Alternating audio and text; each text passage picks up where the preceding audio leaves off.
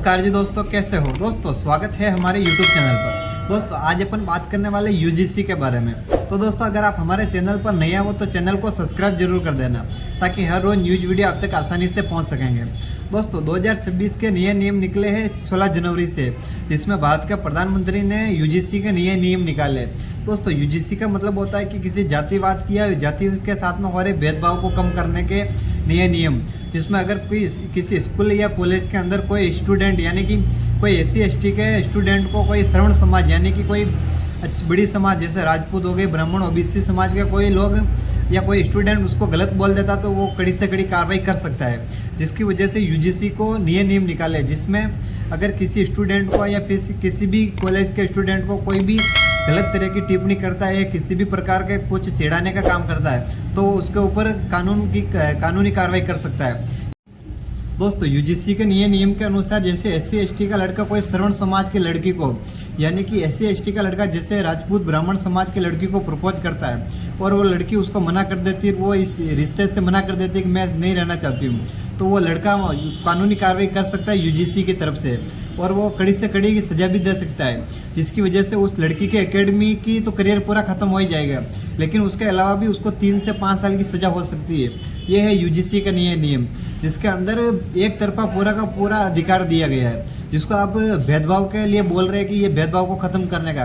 वही दूसरी तरफ देखा जाए तो पूरा का पूरा एक ही साइड में दिया हुआ, फिर वो ये नहीं देखेगा कि इसके साथ में क्या होने वाला है। और जो यूजीसी के जो इंस्पेक्टर या फिर उसके ऊपर के जो साहब लोग होंगे वो भी यूजीसी के यानी कि SC/ST के लोग ही होंगे, दूसरी समाज के नहीं हो सकते।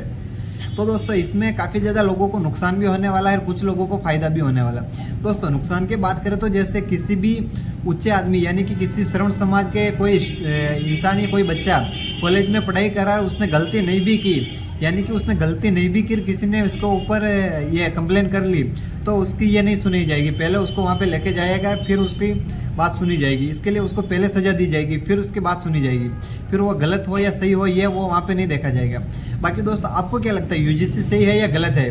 क्योंकि इससे लोगों को ऐसा लग रहा है कि भेदभाव कम होगा, बल्कि ऐसा नहीं, भेदभाव बढ़ने वाला है। क्योंकि दोस्तों जातिवाद या फिर किसी भेदभाव को कम करना ऐसा नहीं हो सकता, क्योंकि आज के टाइम पे कोई ऐसा नहीं सोचता कि मैं कोई राजपूत हूँ या कोई ब्राह्मण हूँ।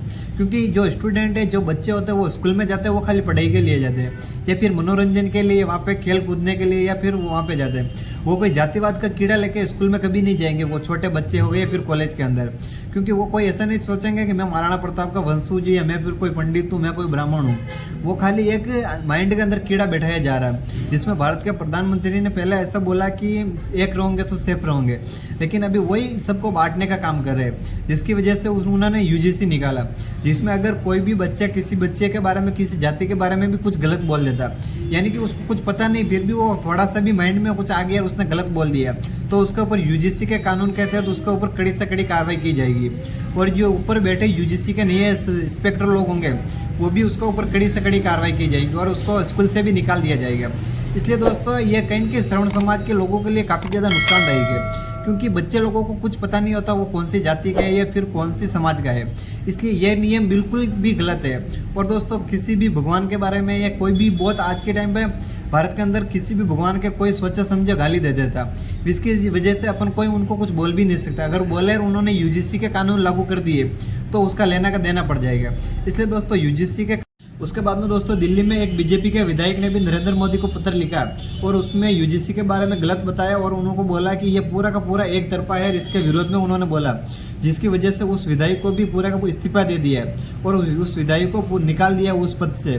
दोस्तों यानी कि यूजीसी का जो भी विरोध कर रहा है उसको मतलब कड़ी से कड़ी उसकी कार्रवाई भी कर रहे हैं सरकार। यानी कि ये पूरा का पूरा एक तरफा है और पूरे के पूरे भेदभाव है। जिसको आप जातिवाद बोल रहे हो ये पूरा जातिवाद को सपोर्ट करता है। आने वाला कुछ टाइम में पूरा यानी श्रवण समाज के लोगों के लिए काफ़ी ज़्यादा नुकसान होने वाला है। और दोस्तों इसके विरोध में शंकराचार्य जी ने भी एक बात बोली थी कि ये पूरा जातिवाद फैलाने का काम कर रही है बीजेपी सरकार। इसकी वजह से अभी बीजेपी सरकार ने शंकराचार्य जी को भी गलत बोलने लग गई है। यानी कि जिस शंकराचार्य को एक टाइम के बाद में नरेंद्र मोदी ने उनके पैर छुए थे, आज वही शंकराचार्य जी बीजेपी वालों के लिए गलत हो गए। यानी कि दोस्तों हम भी बीजेपी का सपोर्ट करते हैं, हम भी पहले बीजेपी के ही थे, लेकिन इस यूजीसी के कानून की वजह से हम सब ने अभी पूरा का पूरा ठान लिया कि बीजेपी को यानी कि इस बार पूरा का पूरा कानून को या यूजीसी को लागू नहीं होने देंगे। बाकी दोस्तों आपको क्या लगता है यूजीसी सही है या गलत है? क्योंकि दोस्तों कहीं न कहीं ये आने वाला टाइम में बहुत ही ज़्यादा नुकसान पहुंचा सकता है। उसके बाद में दोस्तों काफ़ी ज़्यादा लोगों ने इसका विरोध भी किया और बहुत ही नेता लोगों ने भी इसका विरोध किया, जिसमें बीजेपी के लोगों ने भी काफ़ी ज़्यादा इसका विरोध किया और बीजेपी के नेताओं ने इस्तीफा भी देते हैं बहुत ही जगह पे।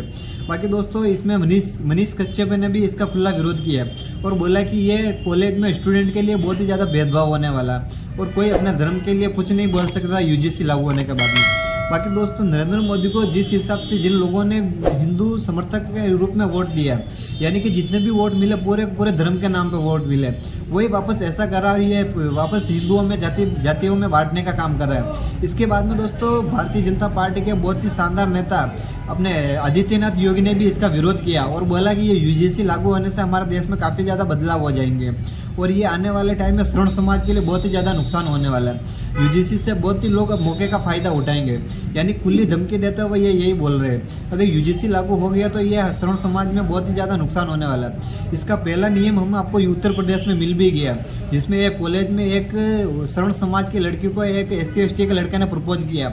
मना करने के पर उसको यूजीसी के कानून के तहत उसके ऊपर कार्रवाई कर दी और उसको थाने के अंदर भी ले जाया गया, जिसकी वजह से उसके परिवार वाले उस लड़के के घर पे जाते हैं और उसकी बेटी का हाथ अपने उस लड़के के हाथ में दे देते और 50,000 रुपये भी देते हैं कि ये केस वापस ले लो, हमारी बेटी की शादी आपके लड़के के साथ में करा देंगे। यानी कि वो मना कर देती तो उसका एकेडमी का करियर भी खत्म हो सकता है यूजीसी के कानून की वजह से। बाकी दोस्तों यूजीसी का कानून से आपको क्या लगता है, ये सही है या गलत है? कमेंट में अपनी राय जरूर बताएं और दोस्तों अगर चैनल पर नए हो तो चैनल को सब्सक्राइब जरूर कर देना। बाकी दोस्तों बीजेपी के लोग भी इस कानून की वजह से इस्तीफा दे रहे हैं और नरेंद्र मोदी के विरोध में पत्र लिख के इस्तीफा दे रहे हैं। बाकी दोस्तों सड़कों पे भी इसका काफ़ी ज़्यादा विरोध हो रहा है। बाकी तो आपको क्या लगता है, कमेंट में अपनी राय जरूर बताएं।